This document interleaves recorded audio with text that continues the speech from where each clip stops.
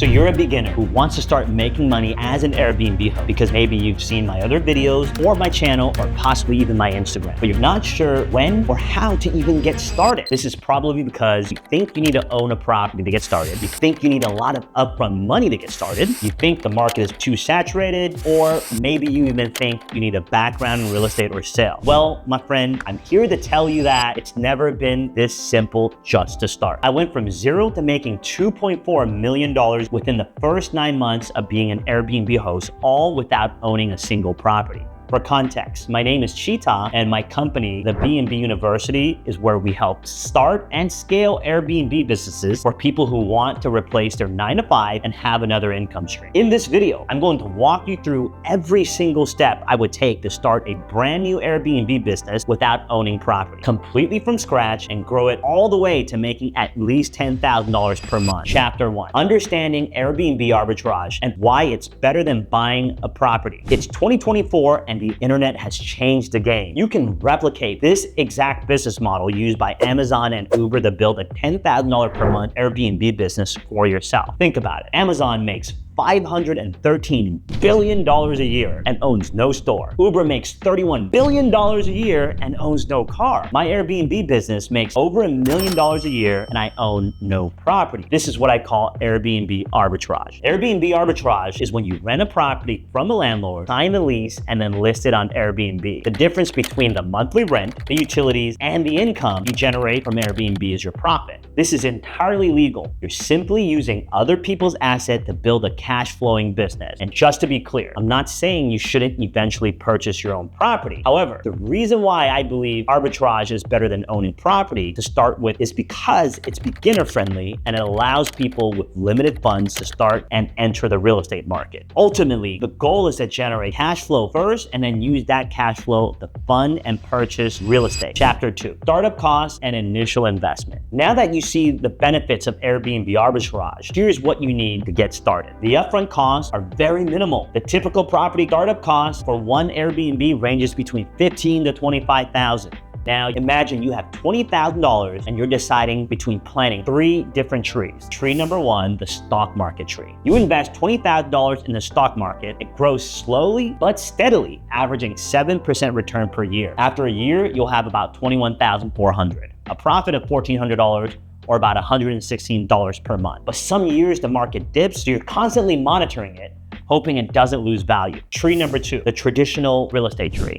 You take $20,000 and use it as a down payment. You'll need at least $60,000 more to cover closing costs and furniture. This tree grows, but very, very slowly, and you'll need to keep watering it with the mortgage payment, repairs, property taxes for a very long time. Tree number 3, the Airbnb arbitrage tree. You invest the same $20,000 in an Airbnb arbitrage business. You use this money to rent a highly profitable property, you furnish it and list it on Airbnb. This tree, it grows fast. Within the first month, it's already bearing fruit. You can generate between $3,000 to $5,000 per month in profit, turning that initial $20,000 to $60,000 or more, and a 3x on your investment. The key difference here is that the stock market tree grows slowly. The real estate tree locks you in for a long-term commitment with a very high upfront cost and low cash flow. The Airbnb arbitrage tree, on the other hand, grows quickly with super low startup costs, allowing you to generate cash flow with better returns and flexibility. The question I have for you now is, what tree do you want to plant? If you're still here, it's because you probably want to plant the Airbnb tree and learn how to get started.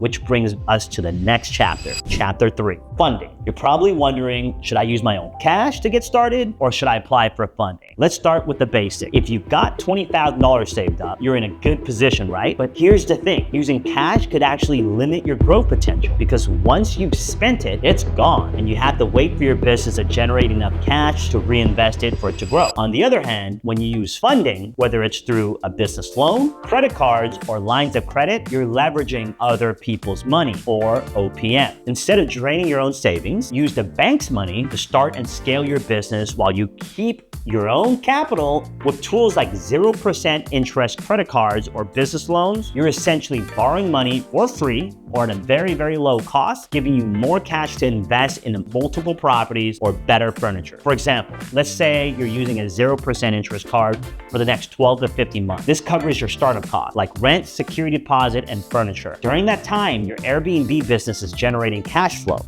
So you're able to pay off the balance before the interest kicks in. Essentially, you're using leverage to grow your business without sacrificing your savings. Every successful business person I know uses OPM. I recently heard a famous quote from Robert Kiyosaki, the author of Rich Dad Poor Dad, who said, "The rich uses debt to leverage their investment and grow cash flow. The poor and the middle class uses debt to buy things to make them look rich." The key point here is that if you want to become successful and you want to be a successful Airbnb host, you have to start thinking and acting like a successful Airbnb host and business owner, which leads us into chapter 4, market research and property scouting. Here's how you're going to find a property that you're 99% confident will generate cash flow. But first, let me say this. The biggest mistake I see beginners make when starting their Airbnb business is thinking every property is equal. Just because you own a property or know somebody willing to lend you their property doesn't mean it's going to work. So instead of hoping and praying that it'll all work out, let's focus on what's important: research. Focus on data and what the market is telling us. First, we're going to use a tool like AirDNA to identify a high demand Airbnb area. What we are analyzing here is the nightly rate, the occupancy rate, and the seasonal trend. Then we search for available rental properties using a tool like Zillow.com. We target properties with potential to make at least $3,000 to $5,000 per month of profit. Chapter 5, financial analysis and property selection. How we determine profitable properties is very important. Okay, so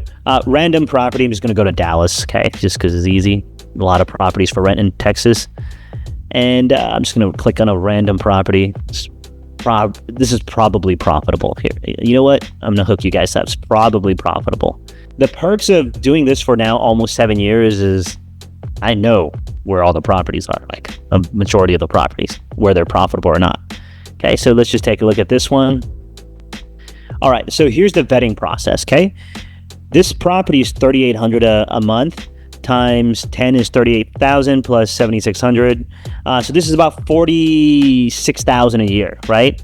So it's a 4-bedroom. I'm going to add 8,000 of utilities on top of that for the year. Does that sound fair, you guys? 8,000 for a 4-bedroom?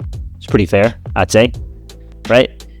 My utilities is much less than that. And, I have a massive 4-bedroom here. So we're looking at 53,000 all in. If it was furnished, I'm not looking for $3,000 a month profit. If it's furnished, I'm looking to see that I can get my return on investment, meaning my security deposit, back in 6 months or less. Does that make sense to you guys? If it's furnished. So the way you calculate profit is different, furnished versus unfurnished. Unfurnished, the reason why you're aiming for a $3,000 benchmark is because you want to make back your furniture money as quickly as possible. It's generally 6 months. Okay, so if it's furnished, same thing. Now, instead of $3,000 a month, are you making back your security deposit in 6 months or less? That's the question you need to ask. Most furnished units, if you know how to negotiate well, will take you 3 months, 4 months to get your money back. I've seen many units where you can get your money back within 1 month. Chapter 6. Now you might be wondering, why would a landlord allow you to use their home as an Airbnb, and why don't they just do it themselves? It's simple. Here's why. Landlords like passive income. It's simple as that. They don't want to deal with guests. They don't want to schedule the cleaning. It's just simply too much work, right? And they don't know how to do it. Many landlords are open to the idea if approached properly, and they understand the benefits of having consistent rent and rent made on time to them, having their property well maintained and protected, having their property professionally managed, and there's a million other reasons why a landlord would allow you to use their home. If you want to get your hands on our proven landlord script that is beginner friendly, and you can use this to convert landlord even if you have no real estate or sales experience, click the link below. Now, property management. My team speaks to hundreds of people every single month, and this is part of the business that's often overlooked. In my opinion, property management is one of the most important pieces of the puzzle for running a profitable Airbnb. It's honestly what keeps your Airbnb business running smoothly and efficiently. So let's dive into what's important. First, good property management maximizes your profit. You might be thinking, how? By optimizing pricing and controlling costs. The goal is to have your listing occupied as much as possible. A good occupancy rate to strive for is about 75 to 85%. You can use tools like Beyond Pricing to optimize your pricing and find the sweet spot between occupancy and revenue. Next, there's operations. Handling guest communication, cleaning, and maintenance are key to keeping daily operations smooth. You'll want to set up systems for check-in. Consider using a smart lock like the Schlage & Code Smart Lock. And for guest communication, you want to use templates for common messages that are sent to ensure you save time and to make your operation smooth. Lastly, cleaning. You need to hire reliable cleaners and create a consistent checklist for them to hit and to make sure quality is there. You want to provide excellent customer service, respond quickly to all messages, and address them all very promptly. You want to go above and beyond when possible and enhance your guest experience. Regular maintenance is also important. Schedule monthly deep cleans, okay? Check and replace items as needed. Address wear and tear promptly. Now, you might be wondering, how can I manage my property remotely? The truth is, whether you're managing an Airbnb down the street or across the country, it all comes down to having the right systems and tools in place. There are many automated messaging platforms. I use Hospitable to automate my communication. I use apps like Turnover Airbnb to schedule my cleanings, and a smart lock like the Schlage & Code to automate my self-check-ins. The most important thing is that you want to build a reliable local team for your cleaning and maintenance. And once this is in place, you can easily scale your business. I personally have over hundreds of properties and manage them all remotely. If you've been thinking about starting your own Airbnb business, this is your sign to start. The reality is, you'll never feel completely ready. You'll never be 100% ready. I'll tell you that. Think about it. When was the last time you did something for the first time and felt 100% certain? The answer is probably never. Not even the day you met your wife or the day you met your husband. So you can't expect yourself to be fully prepared. You just have to trust yourself enough to take the first leap. As the saying goes, the best time to plant a tree was 20 years ago. The second best time is today, right now. So if you enjoyed this video and you want to learn more about Airbnb, I also think you'll like this video, which I'm going to link somewhere around here. I have a lot more of these videos to share, so make sure you subscribe. Until next time, you guys, I'll see you in the next video.